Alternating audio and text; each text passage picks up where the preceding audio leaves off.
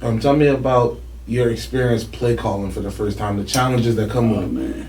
I mean, being a quarterback, I think, you learn a lot of different systems. I came up in high school in like a traditional I set. Mm-hmm. But, everybody kind of runs the same stuff. It's just different language. But I got to learn, traditional, power I, downhill football. I was really play action pass, throwing a couple things. But we weren't spreading people out like they are now.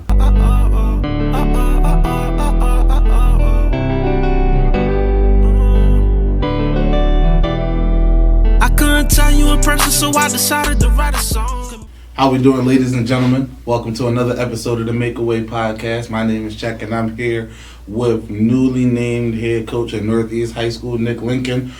Coach Link has had a couple different stops along his coaching career. Has been at Imhotep Charter High School as both a head coach and as an offensive coordinator recently for the state championship.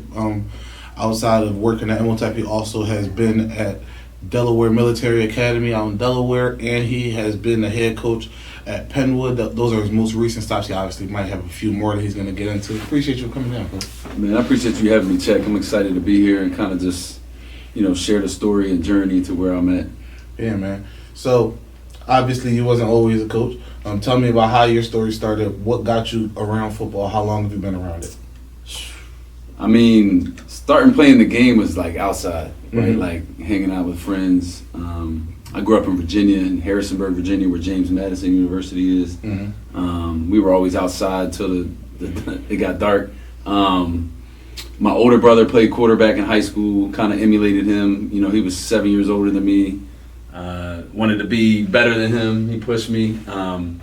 And I got to the point where, I wanted to take it serious. Even though I'm 6'6", it was always like a football in my hand, not a basketball. People always assume I play basketball, but I'm not very good. Block a shot and get some rebounds, but no points. And just love the game. I love the chess aspect of it. It's really the only game I feel like where you stop every 5 seconds and re-strategize. Mm-hmm. Every other game's on go all the time. Played quarterback in high school. Won a state championship as a junior. My running back was in the NFL, was an Eagle for a while. Shout out to Keem Jordan. Mm-hmm. Went on to play Division III football at Bridgewater College, which is right outside of Harrisonburg. Yeah, good program. I had football coach Mike Clark, great dude. Was a DC at Virginia Tech. Kind of ran as much of a Division I program as he could at the D3 level.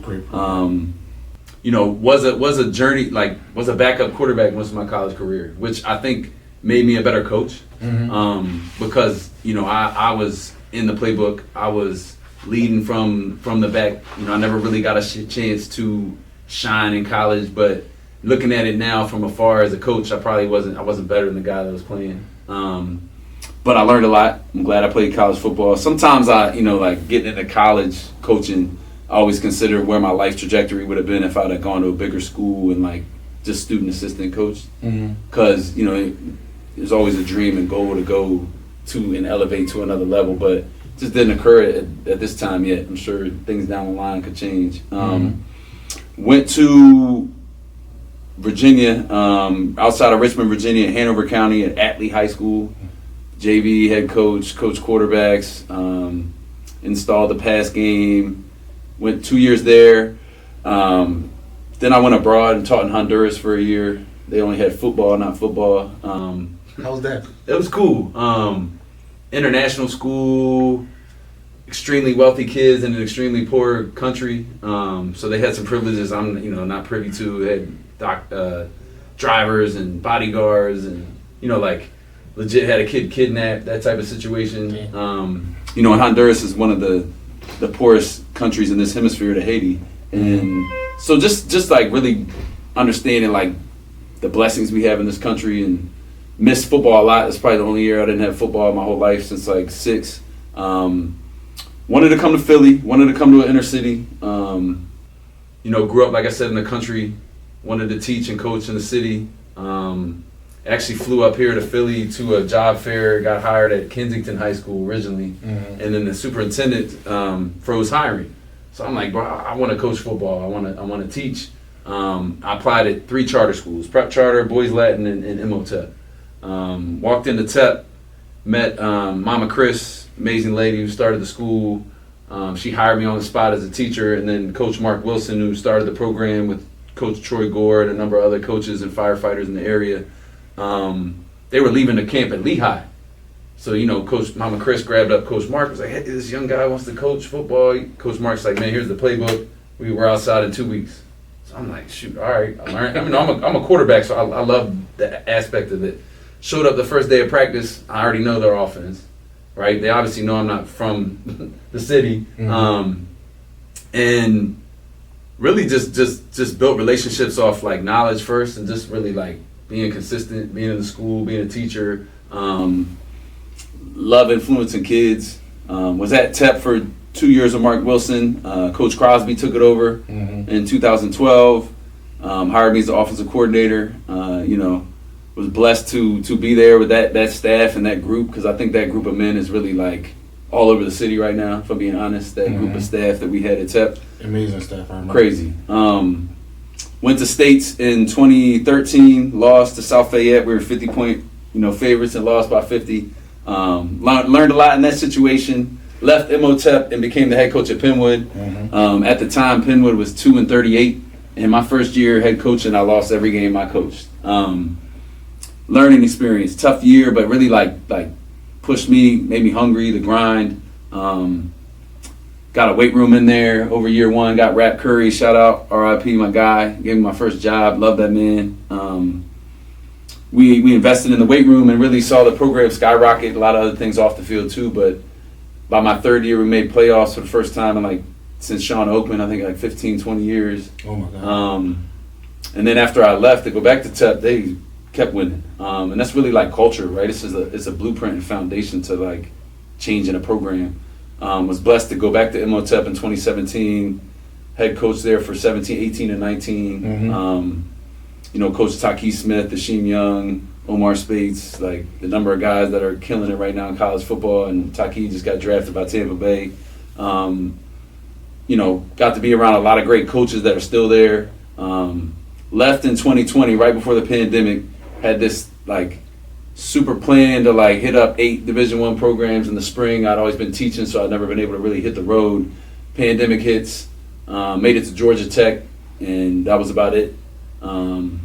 Ended up being at Delaware Valley University with Coach Greco, just took over Westchester, a great man as well. Coached there for a year with him in the kind of like a spring ball feeling, because we didn't have a season. And then Delaware Military Academy, actually Coach Haney, that's O-line coach at TEP, hit me up. He's from Delaware. He was like, man, I don't know if you want to get back into high school, but there's a good opportunity in Delaware. You might want to check it out. Great facility, strong school, wanted to improve their football program. Decided to take a jump at it. Definitely difficult not living in the community you're coaching in. I think that's always a hard aspect. I was commuting an hour and 15 both ways. Yeah. Had my daughter Loa, and my wife had my daughter Loa, and it just didn't make sense anymore for me. I did a year there. We made it to the state semifinals my first year. Fell short by 4 points, and then did one more season down there. Was really going to sit out last year, if I'm being honest. I was going to just kind of feel it out, see what opened up later. And, Coach Dev is my brother-in-law. He hit me up bro, come on, let's bring it back. Let's get this chip. Let's bring the Avengers back together. Coach Schmidt was a head coach there previously, and the staff there is already strong. Coach Hutton, who is the OC, I kind of assisted him and coach quarterback. So it was humbling at first, because it kind of was the first job I'd had in the city. I was a quarterbacks coach and English teacher, and now I'm 15 years of my career, I'm back there. But it allowed me to kind of sit back and reevaluate my own program and my own culture that I want to bring, the offense I want to run. Learned a lot. Obviously got a great opportunity. We won states, got it done this year. Amazing. And then got an opportunity to be at Northeast, and I'm excited about it.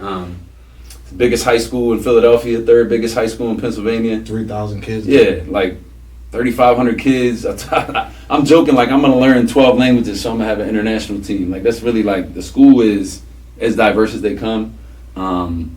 Every opportunity academically there, so I'm excited about bringing back that legacy. The alumni network is fired up. They're strong and proud. I've never really seen an alumni network so hype about their high school.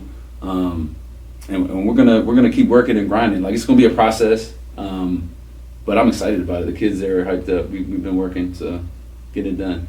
We love it, man. We love it. That's a little bit of the journey. No, it sounds good, man.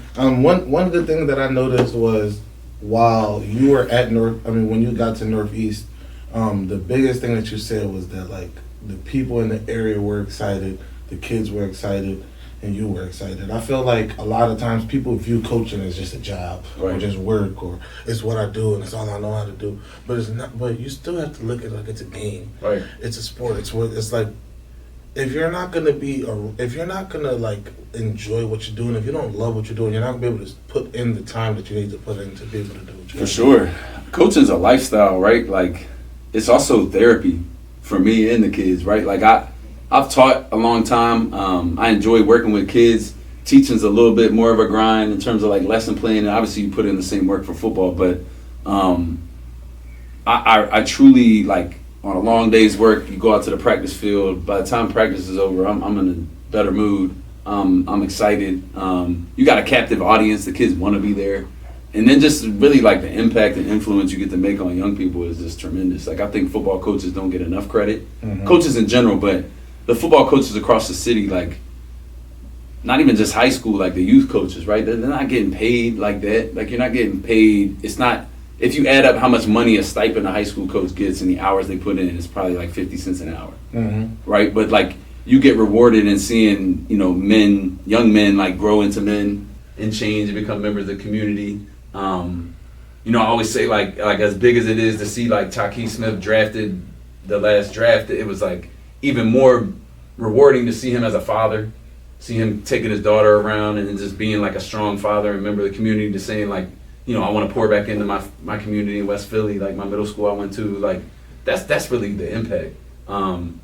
It's a long lasting, it's a legacy, you know what I mean? And that's really what it's about. But yeah, you gotta love it. Yeah, no, it's a lot of time. It's definitely a lot of time put in. I remember, I always tell this story. My high school D-line coach, Coach Rob, like, when I was Northeast alum. Let's go, Rob Ford. No, Rob Thomas. All right, my bad. Yeah, the guy at Barton right now. So, his son's a senior there now. I don't know where he's going. I think he might be going to Eastern or something. Got you. I have no idea. Yeah, Eastern's swinging through the city. Oh yeah, no. That guy that was doing a lot of the recruiting in Philly, he just took a job with Greco in Westchester. Actually, Coach Northeast alum. Coach Tom. Eric Clark. Yeah, good dude. Good dude right there. For sure. Yeah, no, he really made the initiative to really get in Philly and like, and any stone will not be left unturned. No, for sure. Philly's got a lot of talent too. Mm-hmm. That's actually something I wanted to talk seriously about because when I was in college, I went to school at Lock Haven in Central PA, and I also went to Lake Erie College for my last 2 years in Cleveland. And when I was at Lake Erie, I remember my one GA. His recruiting area was Pennsylvania, but I was all right. So like I got like all of the Philly kids. It was like 20. I got there 2019, so about 2020 when they were recruiting for like the next year. I'm like, like, I got all these kids that I can give you like the names and the high schools, whatever. He was like Philly. He was like I thought the Whitfield was the only good football in PA. Crazy. I said, Coach, I was like, where are you from, Coach? He was like, from Ohio, but like Ohio schools, like that whole conference, they stop recruiting once they get to Pittsburgh because they don't know nothing on the eastern side of the state. And I was like showing him the kids' film and all of that stuff. He was like, yeah, but it's like, from what I've heard, it's like the kids go to college and then they don't stay there or they don't take advantage of the opportunity. And I'm like, I mean, that's something that could be changed with one kid. Though. Right. One kid could change that whole perception. So I was just real big on trying to like push that image to them. My one young guy is down there now. This is his 4th year, so I think he's about to graduate. So just to say that, like, I was putting that bug in his ear. Right. They gave the one kid a chance, and now, like, 4 years later, now he's about to graduate college. That's what it's about. Tell me about your experience play calling for the first time. The challenges that come with it. Man. I just saw a video today where Dan Orlovsky like had his old playbook from when he played for the Texans for Shanahan, and it was like a binder this big, and he basically like the first install. That whole 100-page looking binder had to get installed to them in like 8 days, and like you just said, you had to learn Imhotep's whole office in 2 weeks. Tell me about that process, how play calling works for you, and how you kind of made it your lifestyle now coaching. So it's that's a great question. I mean, being a quarterback, I think you learn a lot of different systems. I came up in high school in like a traditional I set. But you know, everybody kind of runs the same stuff. It's just different language. But I got to learn like, I guess traditional like power I downhill football. I was really play action pass, throwing a couple things, but we weren't spreading people out like they are now. College, I was blessed to have, like I said, a strong foundation and staff. So like I kind of picked and picked over different things that I learned, and then you know now like online, like you can. You know, you got guys putting out play of the day and different interesting aspects of play calling. And it's really just, it's really an art form if I had to like name it. I don't know how to explain it all the time. It's you get in the zone. It's like, it's the closest to playing you can get as a coach, in my opinion, especially calling offense. That's what originally like made me want to stay in the game. Obviously, as being in it this long, is really more about like influencing kids and impacting lives. But initially, it's like I don't want to leave the sport. And you know, there's preparation to it. Obviously, like you're watching film and you're guessing what somebody's going to run against a certain set, and then you get to a point where you're like setting somebody up for weeks ahead of time. Like I'm only going to run this play out of this formation against this team because I know in 2 weeks I'm playing X team, and they're gonna see me run this and think I'm doing that, but I'm gonna flip it up on them. They're doing the same thing though. Outside zone is all I'm shooting this formation. I'm booting off. Yeah, it's the strategy part of it, like that's intriguing to me. And I like getting creative. I think we did a great job at TEP with how we have been able to over the years, like keep a lot of kids happy and you know like get a lot of touches around the board. But yeah, coaching football and calling plays is fun. Like it's a beautiful aspect. Like when you call a play and you tell a kid in the game, like in practice, hey, this is gonna be a touchdown, and then like it happens because you see it. I'll never forget actually my first game at Delaware Military Academy. We were playing Bonner. You know, started this whole like 302 takeover. Like we're gonna come up from Delaware and come to Philly, and I had these kids like hyped to come up here, but literally like walked them through the first quarter. Like we're gonna score a touchdown in the first 5 minutes. We're gonna kick an onside kick, get the ball back, and score again. It's gonna be 14-0 before they know it. And they're all looking at me like, all right, coach, you scored a touchdown first 5 minutes. They're like, are you really going? Yeah, onside kick, like I told y'all, because that's what we doing. We got it. Scored again. And then it's like after that, they're like, all right, man, like you a wizard. But really, I mean, it's like getting kids, it's really effort, right? Like, can kids, do they want to play for you? Are they excited about it? And play calling, like I'm learning every day. Literally just, you know, talking to youth coaches, learning, right? Like learning about the single wing. Like how can I implement that in what I do already formationally, spreading them out a little bit. There's so much knowledge out there and so many coaches that are willing to sit down and chop it up. Like I've learned my system is such a mixture of so many guys. Like Kirk Soraka, the OC, I believe at Rutgers now. When he was at Delaware, he sat down with me at TEP and kind of gave me his whole verbiage and the way he calls plays and stuff. And that was instrumental for how I design my offense. But it's like everybody just, you pick and choose, or you're a good thief. You kind of put your own spin on stuff. You know, everybody's done everything pretty much, but so many great coaches out there. When you get blessed to be at a place like a TEP where you're getting recruiters in there, that's like the opportunity of a lifetime, right? Like you can go to a clinic, Glazier Clinic, learn something. Somebody comes in and they're like, you know, they want some of your kids. Before they leave, they're like, Coach, can you, like, what's your favorite red zone pass concept? Can you get on the board? And then you're just like, you're getting free game, right? Like I do that every time I can with college coaches, because I'm always trying to learn and get better. And how can I do it better? One of my favorite offensive coordinators in my guy is Brendan Marion. He's at UNLV. Perfect. I was gonna amazing dude, right? The go offense. Yeah, like high school coach in PA, right? Goes to Howard, gets a shot with Mike London, goes to William and Mary with London, goes to Texas, Pitt, receiver coach. Now he's at UNLV, Hawaii receiver coach. I mean, I think he's moved every year for like 6 years. Finally doing a double year at UNLV, but he's a creative young guy that's like really like taking it. He's going to be a Power 5 head coach in the next year, if not 2. Yes. Like it's going to happen. He'll sit down and share with you, right? If you build relationship, and he's been great with me, like sharing some of his techniques with running that double sidecar running back stuff. Like I'll never forget. Actually, I went to Howard, and this is when they were going to play UNLV. his first game calling plays as a college coach, and I go see 2 running backs from Tech. Diedrich. Diedrich and Amir, right? They're lined up in that set. I take a picture of them, like, not even to show the set, but just like put it up on Instagram, like, yo, checking out 2 of Imhotep's great running backs at Howard University. Marion hits me up in like, take that down. 3-4 minutes. Man, bro, I haven't showed that yet. Like, take that shit down. And then like a week later, they beat UNLV with like the biggest point spread ever, and it's like, I get it, my bad. Like, but that's just like just learning, man, being a sponge. Like, I don't think I know it all. I learned from kids too, right? Like, what did you do in youth football? What did you call that play you were running? Like, how can we do something with it? Because kids also, it's like ownership, right? Mm-hmm. Like, even at quarterback, like, can your quarterback go out and call a drive on the field and practice? Because if they can't, they don't really understand your offense, right? So how good of a teacher am I if they can't do that? I know that's a long answer, but like, get fired up about it, man. Like, calling plays is fun. It's hard to give up. I have yet to give it up as a head coach. Seeing this year, like, you know, Ed Tep Dev kind of gave up calling defense, and seeing him be able to truly like CEO is something that is like intriguing to me.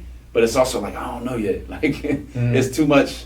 I feel like what a lot of times what happens is coaches that are like primary offensive play callers, like, you know, the Kyle Shanahan of the world or the Andy Reeds of the world. A lot of times, what I've noticed is they will like from what I've seen in the interviews and the meetings, like they'll like divvy off something that they really like to do, but like they'll keep the game they play calling. Like, they might let them install the offense. Or you got an OC, but you're the play caller. Like, yeah, for sure. Like, one guy might be the OC controlling the offense and coming up with the script or whatever have you, but at the end of the day, you're the one with the headset. I asked James Franklin the question like in 2017, like, why, you know, how did you know when to hand it over? Like, he said, you know, where he looks at it is if you're the best coach on staff at calling plays, then you owe the program doing that role. If someone comes in or you hire someone that is at that level or better than you, then you need to give it up for the program. So I don't know yet. Like, I'll be calling plays at Northeast this year. I think moving forward, like, I love the matter of fact, like, my guy, this is amazing, like, full circle moment for me. One of the first quarterbacks I coached at TEP, he ended up being like a 4-year starter, Dre Druitt Parks. IUP guy. Yeah, IUP guy. Hit him up like right away, like, bro, I want you to come coach with me, coach quarterbacks, and then like long term take over calling plays. Like that, so that's like what I would like to do and transition away from it, because then, you know, there's just so much as a head coach that, like, sometimes even in game you're an offensive coordinator, you're calling the offense, but no, you got to also be paying attention to the clock. You have to be managing timeouts. You know, like timeouts. Are you running an offense that's helpful to your defense? Or are you just trying to like do something quick and sexy on offense that doesn't matter? Like, you don't care what's going on over there. So it's difficult at times. I see the benefit of it, but haven't quite figured out yet how to pass it away. I mean, it's a good thing that right now you got time and you still got the bandwidth to be able to do that. You know what I mean? Like, you are going into a new program, you want to make sure the offense is run to your liking, and, you know, as you groom the young OC under you, and you start to see that, okay, maybe I'm gonna let him run a JV offense, and I might let him run go to 7-on-7, and I might not open my mouth once and let him go. And that might be how he takes over. You know, it's funny. I think your question initially was like, how did it go the first time? And I like, you mess up a ton, man. That's why, like, I had to call JV offense. I think everybody wants to like call plays, and I get it, but like, everybody, you also gotta like grind a little bit before you get that opportunity to like shine at that level. Like, you know, even was talking to Coach Nunzio, who's now at Syracuse, right? And he was saying how like it helped him so much transitioning from a high school coach to a college coach, because he had called plays in the big games at Bergen Catholic. Versus sometimes like these guys in college are analysts that never called a play, and then they get this job to call plays, and they like kind of get stuck in the moment. The only way to do it is by doing it. Right, like, and like you said, giving somebody 7-on-7, giving somebody the JV, honestly telling somebody to script practice, because that's really where it starts. Like, what would you run for 7-on-7? It's always got to be a plan. So yeah, I mean, you're gonna go through bumps learning how to do it. With that too, I mean, dealing with quarterbacks is probably the most delicate person to coach on the field. I know. I've been real deep into like really watching like the NFL offseason this year, and watching how they hire coaches to certain teams. Like I saw like with the Patriots, I was a big Brady fan, so I'm still a big Patriots fan to this day. But I watched they brought on AVP, who was the OC at the Browns, but he didn't call plays because he had Stefanski. But with bringing in a rookie quarterback, they also brought in Ben McAdoo, who never really was a good head coach, but he always was a really good quarterbacks coach or good quarterback developer, whatever they want to call it. Tell me about how your relationships with quarterbacks has gone and the growth you've seen in your most recent quarterback, Mikal Davis. Man,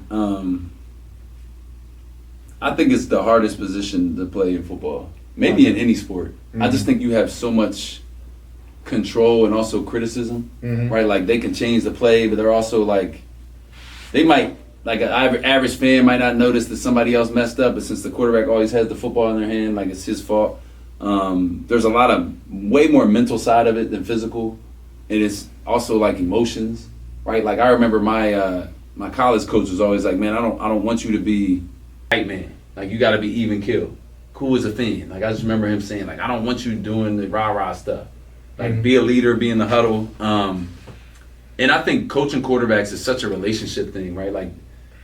They have to. It's not. I think one of my biggest mistakes in first calling plays is I was calling plays as if I was that quarterback, right? And then you start learning no, I got to figure out what does this young man do best, and what does he know, and that's another version of asking a quarterback, don't give him the sheet and tell him to call a drive, and the plays that he calls in that drive are going to be the plays he's most comfortable with, the plays he loves. Mikal Davis, man, I remember him coming to Tep in my last year, right? He was coming from the Aztecs.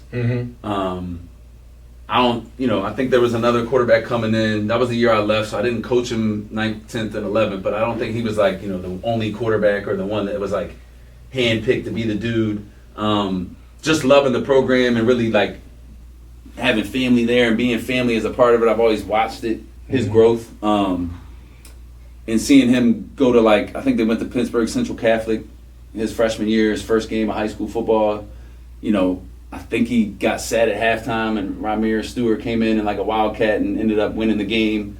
And just seeing him coming in this year in May, last year, and just seeing the type of leader he was. I think his comfort level with the OC was a huge part of their success. Coach Hutton, great offensive coordinator, great mind. And just being able to work with him on indies and Hut being able to step away from that, and honestly it's that leadership part and his ability to also accept that it's okay to take off, use your wheels as a weapon. Everybody wants to stay in the pocket, everybody wants to throw 3,000 yards, but when you can run like that and you're not afraid to lower your shoulder on somebody, you saw in the state championship game. Yeah, he was dominant in his run game, also his pass game, but he grew so much as a leader and as a football player, his knowledge. He could get in and out of plays, and he could come to the sideline and articulate what he was seeing. I think that's really the growth. And you should be there as a 3-year starter at a program like a Tep, right? You've played in big games, went to the state championship almost every year, right? Other than your pandemic freshman year. Another aspect of playing that deep into the playoffs is by 2 seasons, you played 3 seasons, right? Because you're playing 15 games. The average kid's playing 10. So it's you get more games in, you get more opportunities to be successful, and he really showed it this year. Yeah. I was blessed to work with him. I was excited to just be able to, work with him and be around him. Yeah, great kid. I was at the game this year versus Malvern. Okay. So I was on the sideline for that one. It was a really good game to watch. Yeah. For both sides. But one thing I noticed when I was watching Mikal was when you see a quarterback that's running the offense like that, especially with a running back like Jabri, though, you know he's going to get his touches. You know he's going to be able to wear a defense down. Right. It could get frustrating as a quarterback because you're damn, I want to get mine. But he went out there. He I feel is one of those quarterbacks that's not really going to get his credit because he played within the system. Right. He did what he was told to do. Yeah, it's it's interesting, but that's a great point. Sometimes there's a larger benefit in someone being able to run the system well versus taking over and having to win it all themselves. But he knew in the moments he needed to do that, and I would say even in the state game he was able to he carried the team. Carried it, and like you're saying too, sometimes you don't notice when something so small as a handoff or or a read play that, you know, like you don't understand, he is making a huge impact in that play, even though it's handed off to Jabri and he's breaking down the sideline for 40 yards or whatever. But yeah, he was even kill this year. He did a great job of keeping himself in check. But you're right, man. Quarterbacks, they want to let it rip, sling it. I mean, I was no different. Right? Like I remember my coaches in high school, if they called a vertical route, like I was going vertical, right? Like the game is different now, though. Like you gotta be able to take those check downs. You gotta be able to take those 5-yard outs because you can't just throw a fade into cover 3. Like it's not gonna work. As much as you want to show you can throw 50 yards. Yeah. It's not gonna win championships. And I think that's also a different thing too, is being able to call plays that work and being able to call plays that are going to win you games consistently. Right. And in November, later on down the line when it matters. They say you throw the ball to score points and you run the ball to win championships. Because, I mean, when it gets cold, I mean, we're in Pennsylvania, so if you're playing past October into November, Thanksgiving, like, it's going to be colder, and you're going to be, you know, I'm not saying you can't win it slinging it around, but chances are you're going to have to win a game on the ground at that point. And it's a demeanor, right? It's tenacity. And that's Philly, like Philly football. Tell me about, I'm going to tap back in the Penwood experience a little bit. Yeah. I had my boy Jordan on here the one day, and he was telling me about when you first got there specifically. He remembers it was him and a bunch of the other kids on the team, and they were a little skeptical when you first got there, but he remembers that like you kind of pulled them all to the side and had paintbrushes ready to redo the weight room. You dove into that a little bit. Tell me about what that weight room meant to you, what the culture that it brought to the team. Tell me about how it benefited that program. It's crazy how much like the heartbeat of a program is the weight room in the off season. Like even so much to say like the alumni, like you want them to come home from college and want to go back to their weight room in high school. When I first got to Penwood, they had the same space, but it was like a basement, a lot of old Nautilus equipment. That was like the first thing I like kept banging on Rap's door, like Rap, like we need some racks. He's like, I don't know what what do you? I'm like, bro, give me like 8 G's, like or let me spend 8 G's, right? Like, and we got 4 racks. Me, an assistant coach, Coach Rory, who was still there, and Jordan stayed up all night putting it together, like literally like installed and made it happen, right? Like screwing bolts together. I think we were I don't even know we were supposed to be in there, but we were there till like 3 a.m. Put those racks together like with our own grit and hard work, painted, like put a little, like I had a little projector, put a little Patriots thing on the side and really got to work. I mean, that was really like, oh, you're investing. I mean, and to be honest too, that's my first goal at Northeast.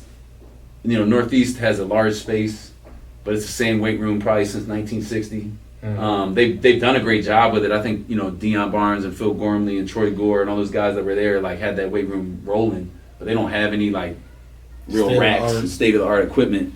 But the alumni are like fired up about it, right? Like, so I'm trying to garner a campaign to get it going, but like because I know that's what it started for me at a Penwood, right? Like it's that off-season culture, and it's funny. I got hired at Penwood around the same time I got hired at Northeast. It was like May. It was like, it's late. You don't really get a real true off season.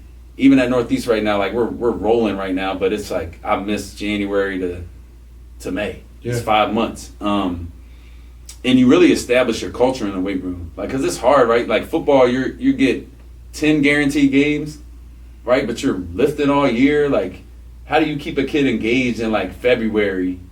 On like a cold February where you could be going home at 2:30, right, to stay here till 5 to really buy into the program and the culture.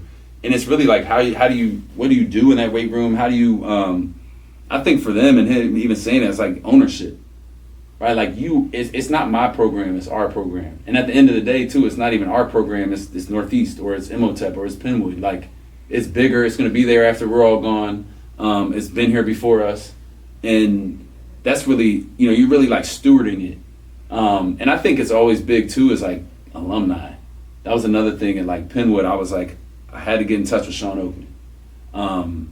Had to get other guys that had made it like to college football. I want them to see like you can get out of here and make it through football. Northeast, my first outside practice, like Ken Talley showed up. Right, like that. Yeah, man, like that type of stuff matters. TEP, the alumni are always there, right? Like it's their home, right? They come back from college and they want to lift in the weight room. And that's like, for me, it's like this blueprint that I've been a part of, right? Like that's what it takes. And it takes that weight room investment. So that was like paramount and huge at Penwood. I would also say ODAP was huge. Coach V. Tell me more about ODAP. Yeah, man. I'm just jumping in because I'm trying to think about like what happened at Penwood to really get it to that point. ODAP, Miss Coach V, Valencia Peterson, approached me in probably like my second week. Head coach, she would like walk the track and pray over the community. She pops up on me, and you always get people popping up at practice. She got a little sun hat on. She's like, "Are you the new head coach at Penwood? Like, would you be interested in some off the field like programming with your guys?" And I'm like, "Sure, like whatever I can do, And I like giving people an opportunity and chance. I let her get in front of the guys, and I'm like, "Oh, this is good, right?" Like it kind of started with more of a Coaching Boys and the Men, which is Futures Without Violence, is a nonprofit in California, but they have a curriculum more tailored to like how young men should treat women, and kind of like preventative domestic abuse, right? Like how can we stop relationship abuse? How can we teach young men how to treat women at a young age? But then it kind of just kept growing into like, out of necessity, really like how can we impact the trauma? Right, there's so much trauma in Philly. Even just like growing up here, if you have 2-parent household and you got 3 square meals a day, like you've probably lost somebody around your age, unfortunately. I never thought as a head football coach I'd speak at funerals of my players. I've spoken at 2, right? Like lost a player at Penwood, lost a player at TEP. The gun violence that is not taking over the city by any means, and it's blown up in the media, but at the same token, like it's part of the kid's life, right? Like they've seen it happen. Like we lost a young man at TEP this year, shooting at Northeast this year. Like there's a lot going on in the city, so it's like, how can we use a violent sport like football? This is really the premise of ODAP. How can we utilize the vehicle of football to teach nonviolence and regulation techniques? Because a lot of times it's about like knowing conflict resolution. Yeah, or even like in knowing yourself, right? Knowing when you're losing your cool, knowing when you're gonna react to something in emotion versus like how can I, as we get older, you realize like I can't always say what I think right away, and I have to think through like this emotion, or I'm frustrated right now, so I don't want to say this because I know I can't take it back, and really be able to respond. And so you legit have to like, number one, build great relationships with kids. Because they have to feel like it's a safe space. Like even Jordan, you were saying like Jordan was rough around the edges for me, right? Like, but I saw a lot in him, and he actually hit me up like a couple months ago. Like, bro, I didn't know what you were trying to do with me at a young age. Like, I know I gave you a hard time. I'm like, it's all right, man. Like, you're not the first one, you won't be the last one. But sometimes you plant a seed in a young man's mind that you don't get to see, right? Like the shade of that tree that grows. You just are planting the seed. And as a teacher and coach, like a lot of times they do come back and tell you, but sometimes you have no idea. It's a long-term investment. And ODAP was instrumental at Penwood for me to really like also get my guys in the community.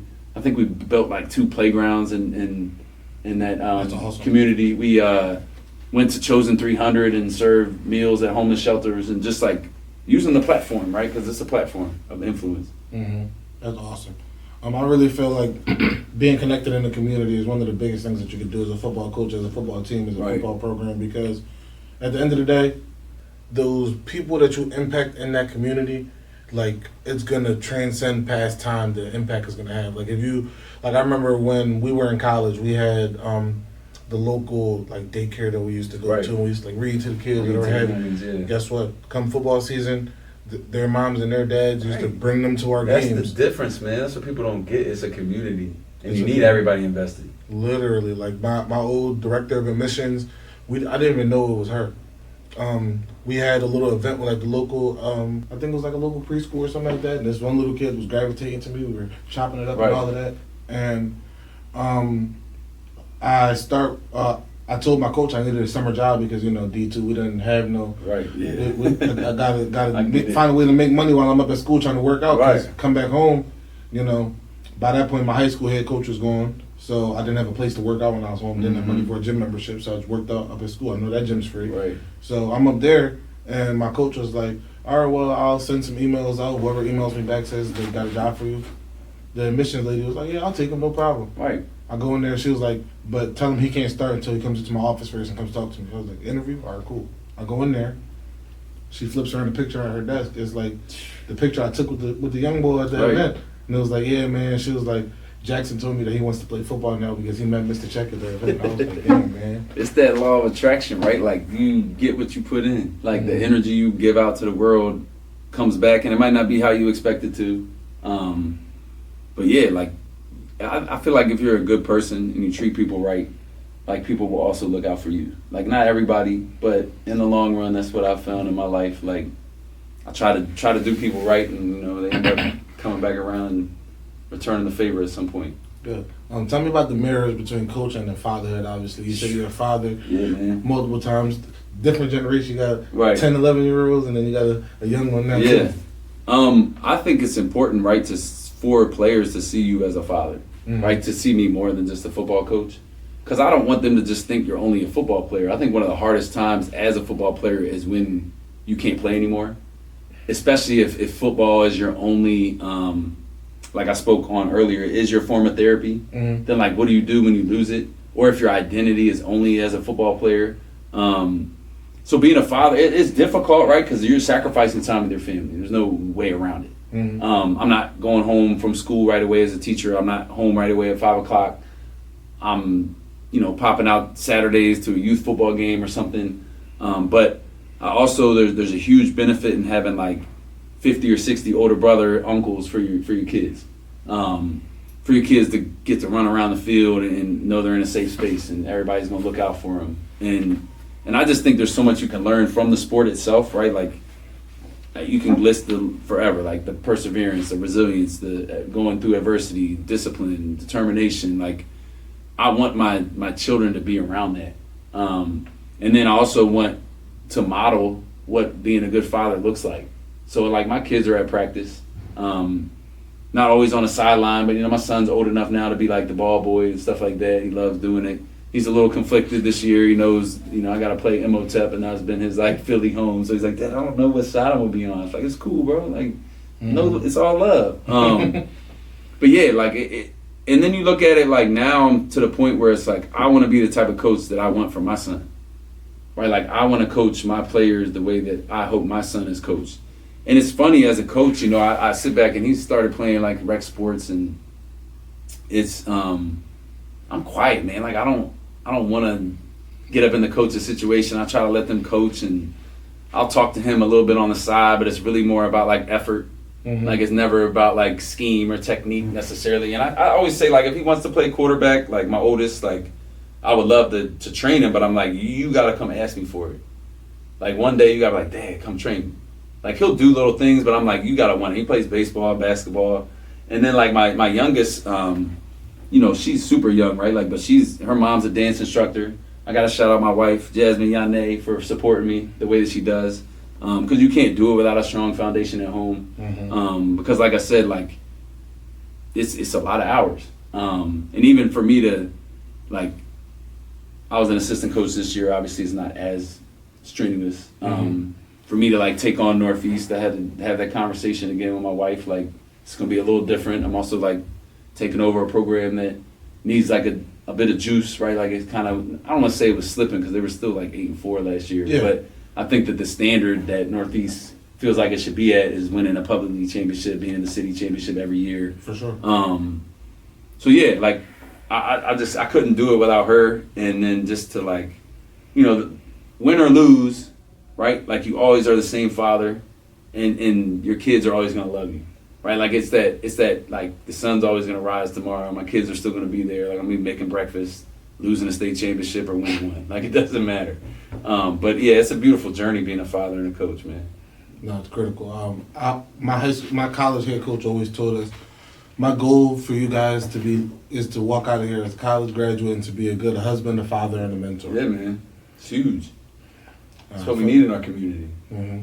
That's definitely the goal. I always try to tell my boys, like, it's so important to be able to have an identity outside of football, be a person outside of football, because as much time and effort and drive you put into football, Right. like, football is one of them things where you're only going to be able to play.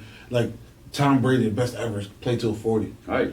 At 40, you still have a lot of life left to I'm about to live. be 40 in February, man. But as much as I got to a a lot of 16-year-old life ahead. kid, Yeah, you're right. you would think, oh man, I'm playing till 40. That's so much, man. I could die the next day. Nah. You're gonna get to 40 and be like, damn, What am I doing now? what am I gonna do now? You're right. So you really got to be able Who to am look, I outside of this game? who am I outside of this game, and like if football's your 9 to 5 or football's your 9 to 7 or your 9 to 9, whatever. You still got another half of the day that you got to be a human being. For sure. So I definitely love everything that has done for me, everything that has brought me, all the people has brought me around. Just being able to do this. You know? For sure. Just being able to talk about football on my own personal time now. Because, like I said, I wake up every day and looking at my computer and dealing with all of the different tech that we're selling and all of that It's stuff. a release for you.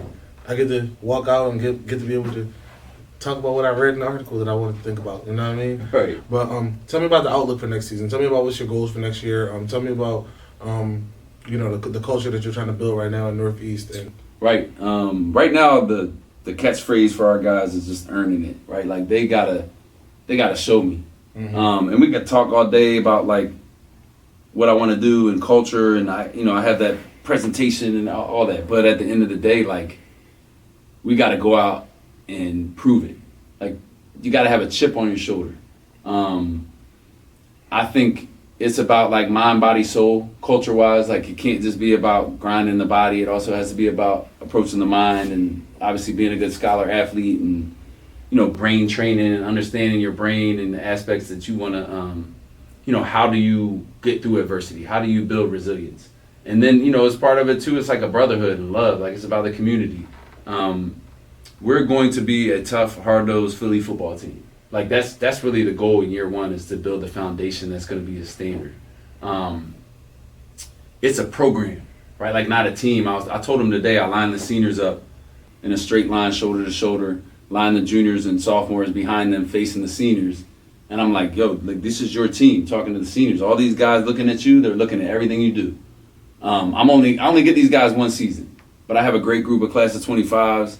I'm their third head football coach, which is a lot as a high school kid. Like I get it. I was blessed to have one in high school and one in college, but it's not the norm nowadays, like the way the game is. And I'm really just trying to get them to buy into the ownership. I'm a hype guy. Like I have a lot of energy. I'm excited about being there, and I think that obviously bleeds off on the kids a little bit, right? Like they're excited to be out there. And then another thing is like I'm confident. I know what I've done and what I've been able to do in different places. Like I said, I alluded to earlier, I think there's a blueprint to being a champion. Mm-hmm. Even like Saban and those guys, like it takes what it takes. There's no like shortcuts around it. You can't sprinkle some magic dust on it and be a champion. Like you got to put in the work and you got to earn it. Yeah. So that's really what I'm trying to instill in them right now. Like if we really want to do this, it's not going to be because I got hired. Right, it's going to be because we all buy in as a group, and we show up every day and go to work, right? Like, and it's a process, right? Like, it might not all come together in year one. I told the seniors, like, those sophomores you're looking at are going to be seniors in 2 years, and they like whatever they do their senior year, you're going to be able to point to it, and be like, I started that. Mm-hmm. Like, I gave them the beginning, the foundation. As of right now, like, they're bought in, right? Like But like I gotta keep seeing it. It's a long summer, but it's also gonna be quick. It'll be August before we know it. And yeah, like that's the short end of it, like culture wise. But culture is like what you do every day, right? Like it's that daily deposit. You can't shortchange it. You can't cut corners, right? Like you can't take a day off or skip a rep. You can't walk on the practice field. Like it's just little stuff like that, and it's hard. Like you got to be disciplined. You got to be determined to do it every day.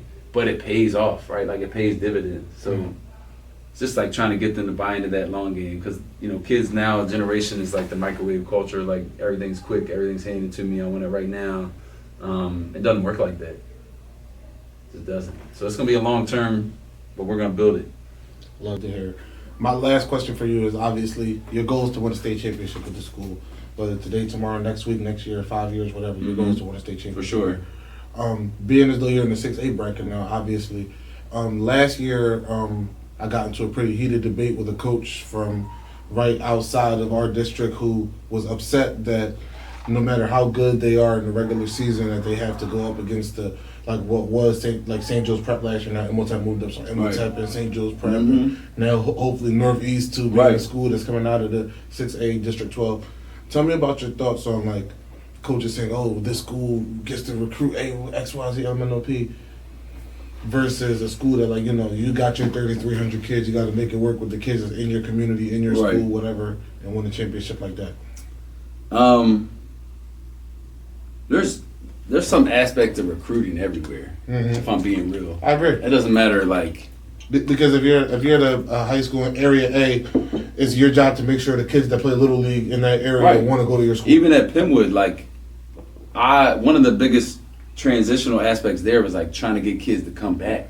I remember Edmund Dennis, just throwing a name out, right? He's that's my boy. He's living up the street from Penwood. Mm-hmm. He's walking by practice field going to Franklin. Mm-hmm. Answer Glee play, going to Bartram. But he lives in Penwood's neighborhood, catchment. For whatever reason, previously they chose not to play football there. I'm is that recruiting? You play for your neighborhood school. Going to the middle school. That's a good benefit, obviously, that I think the District 1 teams have that Philly doesn't. Right? You got a feeder middle school. So I'm going over to the middle school every Friday, I think that first year, and I'm doing workouts with 8th grade football players. Just trying to build relationships and get them excited. So I think the recruiting informational game of what goes on in the city, it's the name of the game now. You look at how it is in college football, it's trickling down at every aspect. I just hope that you have integrity with your words for young people, right? If I tell you I'm gonna give you my best and try to get you into school, that's what I'm doing, and not sell you a dream that's not true. But I think everybody's got great programs. There's so many great programs to choose from. There's so much talent in Philly. In terms of your 6A question, right? Northeast lost last year to Lincoln for the first time in I don't know how long time.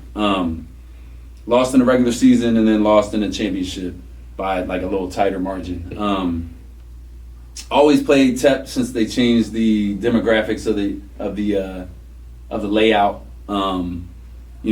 My worst loss as a head football coach at TEP in the city was losing to Northeast in 2019 by a point. So it's not like it can't be done. And the prep mountain has never been conquered yet by a public league school, but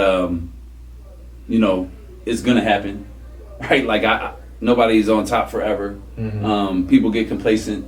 I will say that prep has a great culture and great program. You can't say they don't, right? Have a little bit of a different demographic, obviously, that they're able to attract, whether it be that they can go into Jersey or whatever. I don't care about all that personally. I'll play anybody. I really, my first year at Penwood, we scrimmaged Eastern Christian. Right, I wanted Jordan and those guys to go up against some dogs. My first year at Delaware Military Academy, we scrimmaged St. Joe's Prep. Those guys probably didn't want to play me, so they're not getting me on the schedule because they're not looking at it as competitive enough. But at DMA, I'm come on, felt we got a pick six first play of defense. It was, I think, tied at 10 at halftime. Now they rolled us at the second half because they have 120 kids and I had 40 and it was 90. Whatever the reason, we didn't hang the whole game.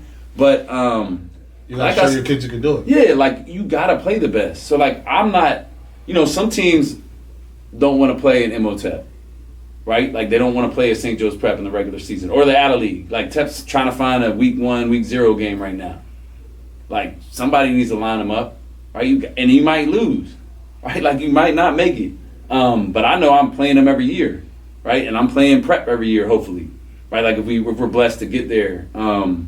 And they're there too, right? Because, I said, LaSalle's creeping up on them as well. It's not guaranteed. LaSalle's got to bring it up. Yeah, I don't think it's it's as easy as people think. But there's such great football in the city. Like, I don't think there's any issue with some parity. I think there's a lot of talent that it can go all over. Even, you know, like, we were in some tight games this year. Like, it wasn't That guaranteed. Malvern game was all the way Yeah, for sure. But that's what you want obviously as a coach, you want to win every game by 50. But as a football fan, like, even when I watch games now, it's like I want to see tight games. I want to see a competitive fourth quarter. I want to see coaches coaching under fire, right? Like, that's what you want in the game. So, you know, like, we're gonna build the foundation this year, but we're coming, right? Like, we're coming. Northeast is gonna be on top. It's just a matter of time. No, man, I think that's perfect. I think we're gonna leave it off at that. Really appreciate you for coming. No, thank you for your time, man. Appreciate it. No, man. You're the man. We got a lot of great content coming. Make sure you guys like, comment, and subscribe. I'm going to make sure I drop his information as well as the team's information below for you guys to tap in. Follow Northeast High School football this season. They got a lot of really good games in that 6A Public League division. It's going to be a heavyweight fight. For sure. The whole season. Every week. Every week. But, you know, like you said, man, you got a big enough school that you might be walking around the hallway one day and not notice that you got a ninth grader that's 6'8", 300 pounds. 100%. Watch out for him. Yeah, you know, you got to keep that a secret. But like I said, really appreciate you for coming down today, Coach, and we'll be back with you guys next time. Thank you, man.